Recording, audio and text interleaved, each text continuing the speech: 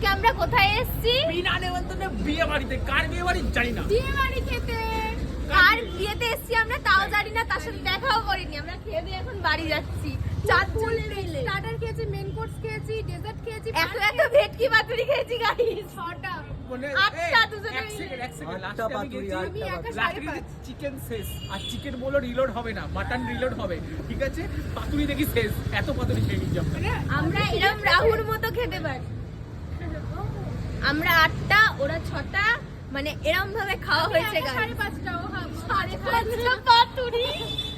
আমি ফুডি বাঙালি মানে কমলিকা দিকে হাইস্ট, কমলিকা দিয়ে রেকর্ড ভেঙে দিয়েছি।